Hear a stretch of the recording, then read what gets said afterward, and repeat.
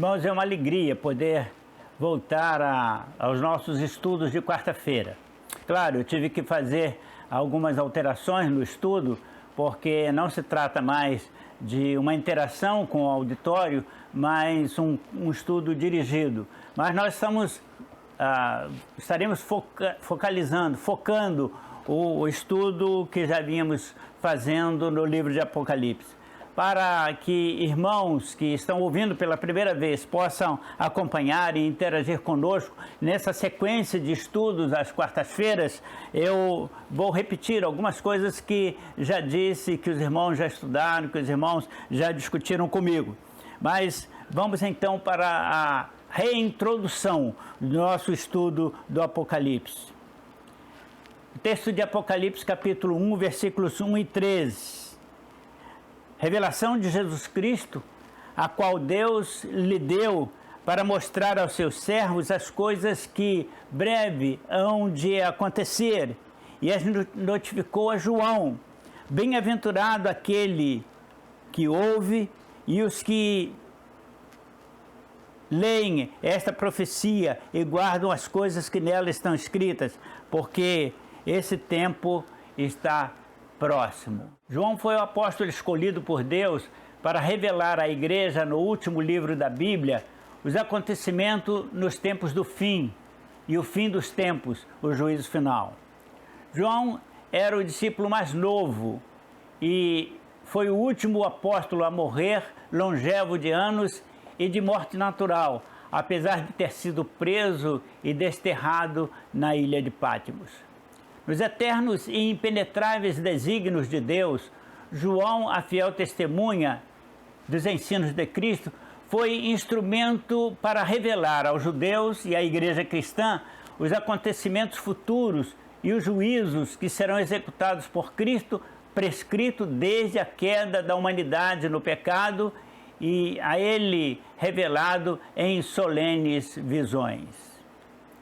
Apocalipse, o último e solene livro da Bíblia, é a revelação do Senhor à igreja. Nele, Jesus nos é apresentado como o Filho do Homem, isto é, aquele que foi enviado dos céus, mas de natureza humana, é nascido de mulher, apesar da sua essência pura e divina. João 6, versículo 57. João esteve preso na ilha de Patmos por ordem de Domiciano, quando teve as visões que prescreveu e que originou o livro do Apocalipse. Ele ouviu a voz por detrás dele ordenar: o que vês, escreve-o em um livro e envia-o às igrejas. Escreve as coisas que vistes, as coisas que são, as coisas que depois destas hão de acontecer. João virou-se para ver quem falava com ele e então viu 7 cristais, 7 castiçais, 7 candelabros e no meio deles Jesus, vestido com vestes compridas e cingido pelo peito com um cinto de ouro. Castiçais é a representação da igreja, Apocalipse 1, 20. Vestes compridas e cinto de ouro eram as vestes de aparato cerimonioso judaico, veste solene dos juízes de Israel. Jesus Cristo, o Filho do Deus vivo, virá julgar a humanidade e condenar ao castigo eterno todos os ímpios. João 5, 2 e 27. A revelação divina relativa aos acontecimentos finais é exclusiva para os judeus e a igreja, mesmo aquelas formadas de gentios, porque Deus ama a humanidade e não apenas aos judeus. João 3,16. O Senhor ordenou ao apóstolo João: escreva as coisas que são. E o apóstolo escreveu as 7 cartas apocalípticas. Escreve as coisas que hão de acontecer. E João escreveu em um livro as visões que recebeu do Senhor, que se referem aos acontecimentos nos tempos do fim e dos dias do fim dos tempos ou dias finais. Os acontecimentos escatológicos descritos e registrados por João nas cartas escritas às igrejas da Ásia Menor, no livro das Revelações, não haveriam de acontecer a um só tempo, simultânea e imediatamente.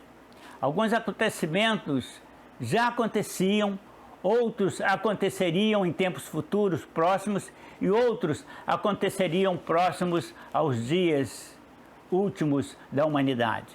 Apocalipse 1, versículo 19.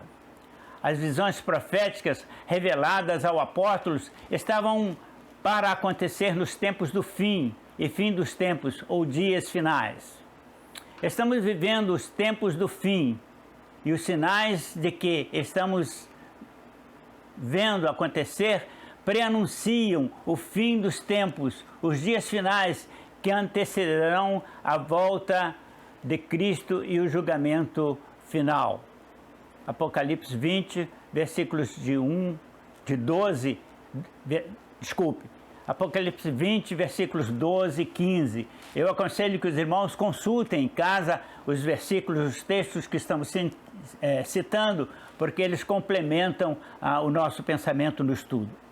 Os tempos do fim teve início após a morte de Jesus, no dia da sua ascensão, ressurreto aos céus, glorificado como Filho de Deus, e terminará no dia do arrebatamento dos judeus e a igreja cristã.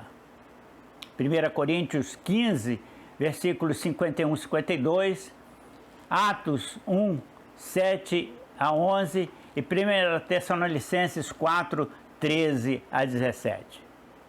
O livro do Apocalipse, com exceção dos 3 primeiros capítulos que tratam da apresentação do livro e das 7 igrejas, e das 7 cartas escritas às igrejas, está selado, fechado para o homem ímpio, aquele que não crê em Jesus como seu Salvador e Senhor, até os dias do fim, quando os selos serão retirados e o livro aberto ao entendimento geral. Apocalipse 5, versículo 1, capítulo 6, versículo 1.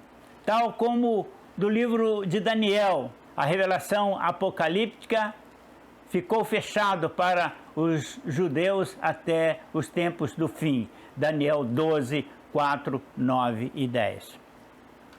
O livro do Apocalipse continuará sendo um livro enigmático, misterioso para a maioria das pessoas, apesar de ser o único livro que o Senhor ordena à igreja que ouçam a sua leitura.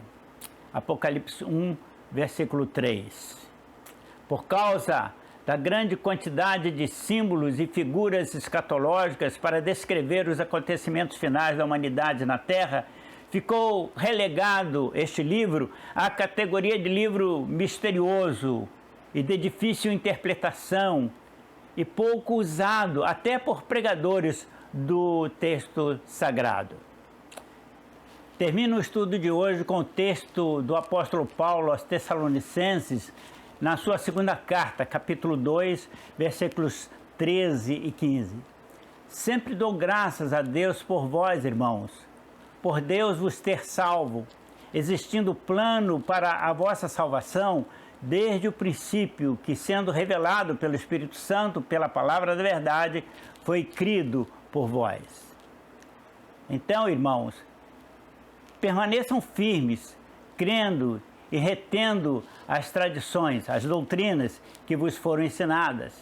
Eis que o Senhor virá através das nuvens e todo olho verá, até aqueles que o mataram, que o transpassaram, e todos os povos da terra se lamentarão sobre ele. Apocalipse 1, versículo 7, este último versículo. Os crentes devem alegrar-se com a notícia de que a vinda do Senhor está próxima. O crente que não está agindo corretamente como cristão,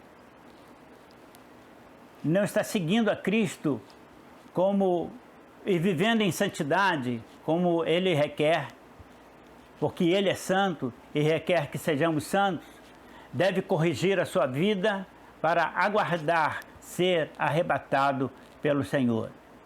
Aquele que não possui no seu coração a certeza e a esperança da salvação, deve eleger a Cristo como seu Salvador e aguardá-lo em santidade. Tem razão os crentes não preparados e os homens sem salvação por temerem a próxima vinda do Senhor, pois para eles, aqueles serão dias catastroficamente terríveis. Que Deus nos abençoe, queridos, nesse estudo, que Ele possa enriquecer a sua vida grandissimamente. Na próxima semana continuaremos falando sobre os sinais da próxima volta do Senhor. Que Ele nos abençoe. Amém.